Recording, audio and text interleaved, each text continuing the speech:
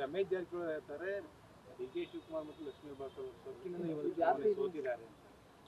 ನೋಡಿ, ನಾನು ಅವ್ರಿಗೆ ಒಂದೇ ಮಾತನ್ನ ಹೇಳಲಿಕ್ಕೆ ಬಯಸ್ತೇನೆ. MLC ಚುನಾವಣೆ ತಾವೆಲ್ಲರೂ ಸಾಕ್ಷಿಯಾಗಿದ್ರಿ.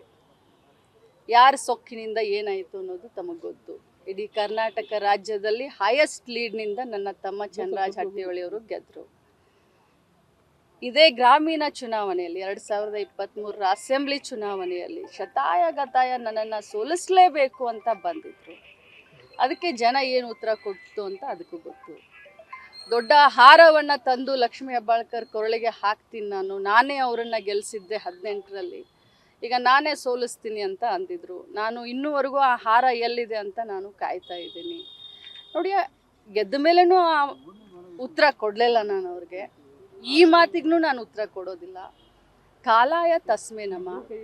ಯಾರಿಗೆ ಸೊಕ್ಕು ಬಂದಿದೆ, ಯಾರು ಏನು ಮಾಡಿದ್ದಾರೆ, ಮುಂದಿನ ದಿನದಲ್ಲಿ ಅದಕ್ಕೂ ಒಂದು ಉತ್ತರ ಬರುತ್ತೆ. ವಿಷಕನ್ಯೆ ಅನ್ನುವಂತ ಮಾತನ್ನ ಪುನರುಚ್ಚಾರ ಮಾಡ್ತಾ ಇದ್ದಾರೆ. ನೋಡಿ, ಭಾರತ ದೇಶದ ಸಂಸ್ಕೃತಿಯಲ್ಲಿ ವಿಶ್ವಾಸವಿಟ್ಟಂಥವ್ರು ನಾವೆಲ್ಲರೂ. ಅವರು ಎತ್ತರ ಬಗ್ಗೆ ಮಾತನಾಡ್ತಾ ಇದ್ದಾರೆ ಅನ್ನೋದಕ್ಕಿಂತ ಅವ್ರಿಗೆ ಉತ್ತರವನ್ನು ಕೊಡಲಿಕ್ಕೇ ನಾನು ತಯಾರಿಲ್ಲ. ಅದಕ್ಕೆ ಉತ್ತರ ಜನ ಕೊಡ್ತಾರೆ.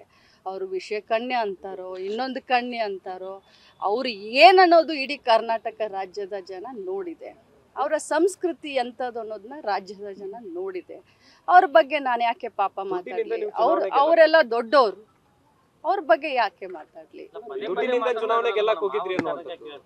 ಪಾಪ ನಮ್ಮ ಹತ್ರ ಎಲ್ಲಿ ದುಡ್ಡಿದಿರಿ? ನೀವೇ ಎಲ್ಲ ಅವ್ರಿಗೆ ಸಾಹುಕಾರ ಅಂತೀರಾ. ನಮ್ಮ ಹತ್ರ ಎಲ್ಲಿ ದುಡ್ಡಿದೆ? ಹೆಸರಿಗಷ್ಟೇ ಲಕ್ಷ್ಮಿ, ನಾನು ಸಾಹುಕಾರಗಳು ಅವರಲ್ವಾ? ಡಿಸಿಎಂ ಸ್ಥಾನದ ಬಗ್ಗೆ ಕೂಡ ಚರ್ಚೆ ಆಗ್ತಾ ಇದೆ. ಮಹಿಳೆಯಲ್ಲಿ ಬಹಳ ಆಕ್ಟಿವ್ ಆಗಿ ಕೆಲಸ ಮಾಡೋರು ನೀವು. ಸೊ ಡಿಸಿಎಂ ಆಗಿ ಯಾಕೆ ನಿಮ್ಗೆ ಕೊಡಬಾರ್ದು ಅನ್ನುವಂತ ಚರ್ಚೆ. ಈಗ ನಾನು ಆಸೆ ಪಟ್ಟರೆ DCM ಮಾಡ್ಬಿಡ್ತಾರ? ಹೈಕಮಾಂಡ್ ಅಂತ ಹೇಳ್ತಾ ಇದ್ದೀನಿ. ಏನೇ ಸ್ಥಾನಮಾನ, ಇವತ್ತು ನಾನು ಮಂತ್ರಿ ಆಗಿದ್ದೀನಿ, ಒಬ್ಬ ಸಾಮಾನ್ಯ ಕಾರ್ಯಕರ್ತೆ ಈ ರಾಜ್ಯದಲ್ಲಿ ಒಂದು ಇತಿಹಾಸ ನಿರ್ಮಾಣ ಆಗಿದೆ. ಇಂಥ ಒಂದು ದೊಡ್ಡ ಇಲಾಖೆಯಲ್ಲಿ ಕೆಲಸ ಮಾಡುವಂಥ ಅವಕಾಶವನ್ನು ಕೊಟ್ಟಿದ್ದೆ ಕಾಂಗ್ರೆಸ್ ಪಕ್ಷ ಮುಖಂಡರು. ಇದನ್ನು ನಿಭಾಯಿಸ್ತೀನಿ. ನಾನು ಮುಗುಲಿಗೆ ಏನೇ ಹಾಕುವಂಥವಳಲ್ಲ. ಕೆಪಾಸಿಟಿ ಐತೆ ಅನ್ನುವಂಥದ್ದು ಕೂಡ ಹೈಕಮಾಂಡ್ ತೀರ್ಮಾನ ತಗೊಳ್ಳಿ. ಸತೀಶ್ ಜಾರಕಿಹೊಳಿ ಅವರಿಗೆ DCM ಕೊಡ್ಬೇಕಂತೇಳಿ ಬೆಳಗಾವಿ ಜಿಲ್ಲಾ ಆಸಿಫ್ ಸೇಠ್ ಅವರು ಸೇರಿದಂತೆ ಸಾಕಷ್ಟು ಜನ ಶಾಸಕರು ಒತ್ತಾಯ ಮಾಡ್ತಾ ಇದ್ದಾರೆ. ನಿಮ್ಮ ಅಭಿಪ್ರಾಯ? ಹೈಕಮಾಂಡ್ ನಿರ್ಧಾರ. ಇನ್ನೊಂದು ಮೇಡಮ್, ಈಗ ನೀವು ಚುನಾವಣೆ ಪೂರ್ವ ಮಂತ್ರಿ ಆದ ನಂತರ ಅಂಗನವಾಡಿ ಕಾರ್ಯಕರ್ತರಿಂದ 1 ಲಕ್ಷ ರೂಪಾಯಿ ತಗೊಂಡಿರಂತೆ, ಅದರ ಪಾಪದಿಂದ ಸೋತರು ಅಂತ ಹೇಳಿ ರಮೇಶ್ ಜಾರಕಿಹೊಳಿ ಆರೋಪ ಮಾಡಿದ್ದಾರೆ. ಎಷ್ಟು ಸತ್ಯ ಮೇಡಮ್? ಯಾರ್ದಾದ್ರೂ ಹತ್ರ 1 ಲಕ್ಷ ರೂಪಾಯಿ ತಗೊಂಡಿದ್ರೆ ಅವ್ರ ಪಾಪ ಸಾಕ್ಷಿ ಸಮೇತ ತೆಗೆದುಕೊಂಡು ಬಂದು ನನಗೆ ಹೇಳಿದ್ರೆ, ಅದನ್ನು ಅವರು ಸಾಬೀತ ಮಾಡಿದರೆ ಅದಕ್ಕೆ ಮುಂದಿನ ಉತ್ತರವನ್ನು ಕೊಡ್ತೀನಿ.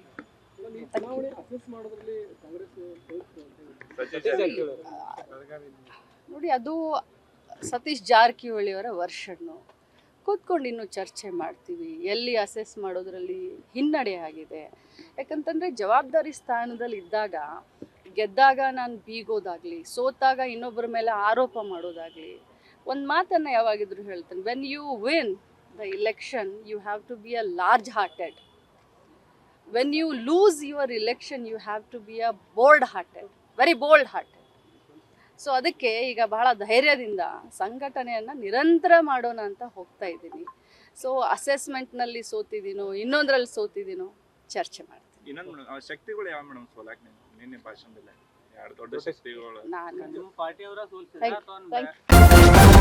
ನ್ಯೂಸ್ ಫಸ್ಟ್ ನಿರ್ಭೀತಿಯಿಂದ ನಿಮ್ಮ ಪರವಾಗಿ.